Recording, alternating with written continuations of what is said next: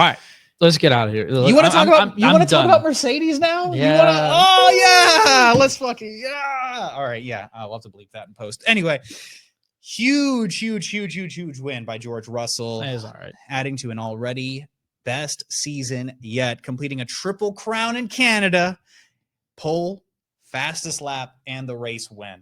Oh, do you like that transition? That was pretty smooth. I mean, KimiAntonelli is in the process of wrapping up high school as we speak. He just finished his first of 3 exams, if I'm not mistaken. It's an incredible what he can do. Yeah, I just finished my final exams. We're talking about KimiAntonelli. So he landed an impressive P3, grabbing a podium place after just 10 races. He has already checked all the boxes. A whole second down from his teammate. He only a second is under safety car is very different. I know. What I'm getting at, I'm just trying to be a hater, is that he's checked all the boxes so far for me this season. And just okay, you know what? I'll play devil's advocate here because for our true TLP fans, they know that we actually discussed this earlier this year about whether or not they would win. We at first we were like, man, is Mercedes even going to land a podium? And then they started looking good. They started turning it around. It's like, well, which one of these guys is going to win first? And I think we decided on George just out of experience and all those different factors. But coming out of this weekend, and I do have to ask this because I know how much of a homer you are you more excited for George to win or for Kimi to land pole? Like in Miami? Or not pole, but podium. To like land the podium? Like coming out of this weekend, are you like, let's go, Kimi? And they're like, yes, George, good job. I think you got me beat right there. Yes. I'm really happy that Kimi got a podium. Like, I think that obviously we know you have a poster of him on your wall. I don't. But feel free to send me one. P.O. Box. I'm just kidding. Have an 18-year-old on your wall. We're not going to read that much into that. So what I am really excited as a Mercedes fan, absolutely excited that we won a race. Right, but you didn't answer my question. I'm not letting you stay on the fence. And I'm getting there. Okay. What I'm saying is that if between the two of those things, I think I'm very happy that Kimi won or got a podium. Like a P3 podium finish at 18 and you're not even technically done with high school yet is insane. So I'm probably more excited for that, but it's really close because overall the excitement comes from the win. Yep. I'd say they're kind of 50-50, which is, it feels like fence sitting, but I'm leaning more towards Kimi, not because he's my favorite driver right now. He is. I'm excited for him. I've been rooting for the kid since last year. I'm really happy that he's got his first podium under his belt. Now he's got to go get his first win. Is he officially Grande Kimi? Oh, he's Grande Kimi. We're there now. We're there. I mean, it's fantastic. I'm really, really, really happy with it.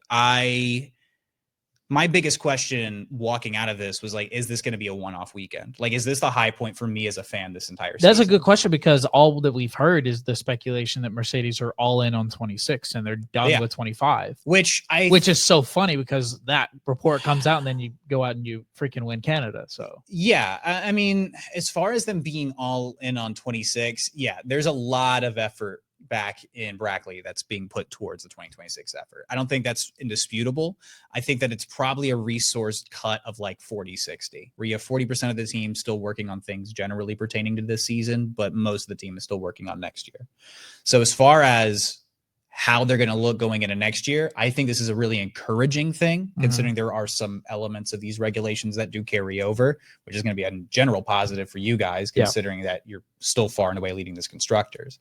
But it shows good progress. Characteristically, Canada's a good circuit for Mercedes. Historically, they've done really, really, really well here over the years. So I'm just happy. I'm hoping that this isn't the only time this year that they take the top step. You don't want to get a taste of it and then not taste it again. Yeah, I mean, like Ferrari fans, y'all have been in the trenches. Well, we're going to get to you guys. Yeah, but like Lewis Hamilton getting that sprint win in China has so far been the high point of that season. Oh, damn, yeah, they've touched the podium twice in third place with Charles in Saudi Arabia and in I'm forgetting it. He did it again like the race before Canada. He did it in Monaco too. So yes, all that to say, yeah, I'm hoping that this isn't the only big high point. I'm hoping that Mercedes can really keep this season interesting in the short term. Would I rather have maybe 2 years of success going into 2026, maybe even 2027, considering how strong the power unit's supposed to be? Yeah, I think I'll take 2 years of like championship level success versus like a couple of race wins in the short term. But it does make things very interesting. I will say that much. I mean, y'all are definitely in the running for. Well, there's a lot of teams in the running for third in the constructors. To be fair, You mean second? Or yeah, I meant second. My apologies, but it's between. So it's Max Verstappen with a The couple fighting- of points tossed in by Yuki Tsunoda. the fighting Max Verstappen, the fighting Max Verstappens, and then Ferrari and Franz Hermann. Yeah, Franz Harmon. And then Ferrari, walking into Canada, found themselves in P2 in the Constructors' Championship because Kimi had 3 straight DNFs. True. Well, so realistically speaking, Mercedes have still held the second best place this entire season. They had some unlucky turn between Imola, Spain, and Monaco.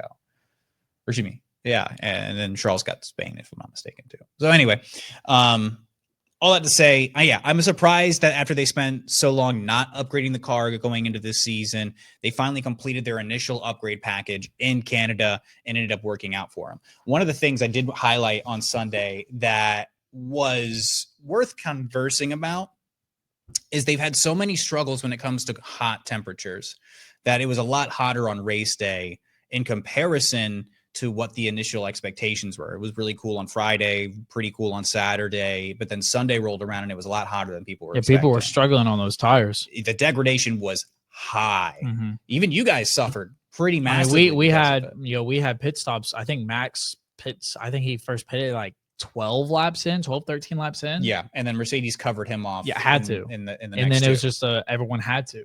Yeah, at that point. But like the medium tire was just not. Cooked. Yeah, it wasn't working. Obviously, the softs weren't going to be much better, so the hard tire was kind of the play for the longevity of the race. But it was a 2-stop day. You guys were struggling on degradation, though. Everybody up and down the order were struggling with degradation, but Mercedes, for some reason, just didn't. And the characteristics of Canada being there's not a lot of high-speed cornering, it's lower-speed cornering, and then a lot more straights, kind of just plays into the 2 strengths that the car currently have.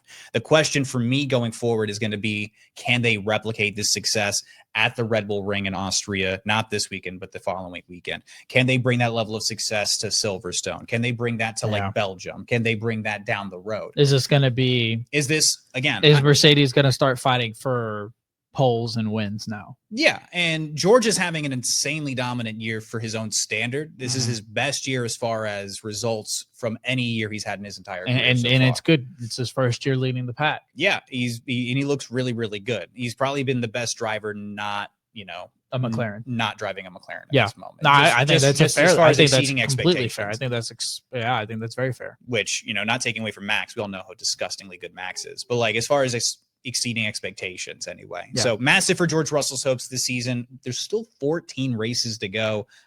There's only a 62-point driver championship gap. Yeah. I'm just saying. It's not over. There's a lot of time. Consistent high-scoring point weekends, a few wins here and there can really take some chunks out of the lead. And if McLarens keep hitting each other, that could really open the bumper door. Cars with the papaya. As far as the drivers' championship, I think George is still in play. He's sitting in P4 at the moment, but I'm not gonna put a bet on that. KimiAntonelli, You're not the a upgrades anyway. Well, the upgrades I'm not a betting man anyway. You're right. But as far as KimiAntonelli is concerned, the upgrades, what they've brought to his season, this would give him a major boost in his pursuit back of P6, trying to take it to, the old guard of Lewis Hamilton, who is currently holding that spot just a little bit of ways ahead. So as far as only 4 points ahead. Yeah, it's not that far. It's very no. 16 points ahead. 16 points ahead. Yeah, but still pretty within. Well, I mean, compared to what Kimi's doing and Lewis is doing, yeah, very much so within striking distance. Let's just go ahead and get to it. No. I had another question. Does Mercedes have a shot at the constructors? At the constructors? Yeah. No. You don't think so because at all? I don't think McLaren is going to let this tomfoolery. Like I said, I think they're going to let it happen one more time. Like, hey, we'll let y'all keep racing one more time. And then some crap happens again. They're like, all right. It's not as much fun when we agree, but I think it's possible, but it's not likely. I think it's like hey, slap on the wrist one more time, then you get put in timeout. I think that's what it is. I think it depends on how many resources. I just don't see a situation where they're going to let the constructors slip. Well, letting it happen and being forced to have it happen are two different things. I understand what you're saying as far as where Red Bull was this year compared to last. But to compare McLaren this year to Red Bull from last year is kind of asinine, being that we have a second driver. Legit. I mean, that's I mean, Zach Brown could hop in the second seat and do better than what Red Bull had last year. That's ambitious. Clip that. As far as the shot of constructors, you're talking to me doing that. So I'm just saying, like, I don't think Mercedes are quite there yet. If they bring the right upgrades, I think they could be within the realm of possibility over the next 14 race weekends. McLaren in Canada struggled all weekend. One weekend, though, not a trend. Same thing goes for Mercedes. One win is not a trend. Yeah. Even George Russell, Toto Wolff, they were kind of muting expectations as far as what the future holds. Not exactly sure. Again, playing into their strengths in Canada, not entirely sold that this is going to be transferable, easy peasy. They're going to be fighting for the win in Austria. This time a year ago, though, like I mentioned, man, Red Bull were right here in the front, and the entire complexion of the season changed after McLaren just upgraded the car.